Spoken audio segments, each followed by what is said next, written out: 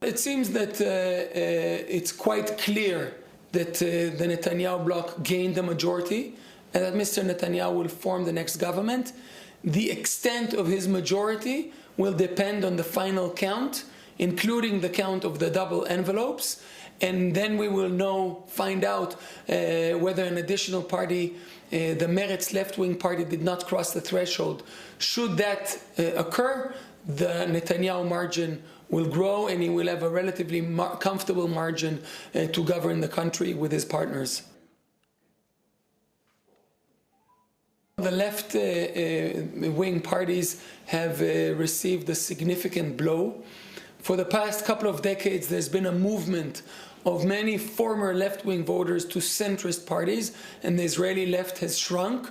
There's no room in the Israeli left for two left-wing Zionist parties, and the nature of the leadership and the institutional arrangements in the Israeli left will have to change.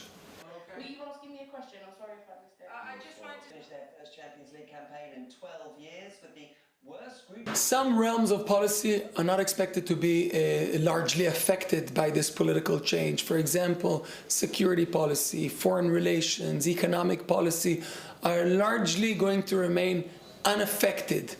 We do expect deviations from past policy with respect to aspects that have to do with Israeli democracy, checks and balances, the independence of the judiciary, and this will be as a result of the fact that Mr. Netanyahu will want to weaken the judiciary and law enforcement institutions to improve his personal situation vis-a-vis his own trial.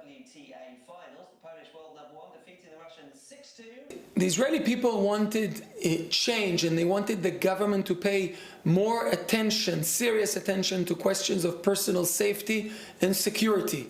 As long as the government will be able to provide serious long-term remedies to those problems, it will demonstrate a good outcome.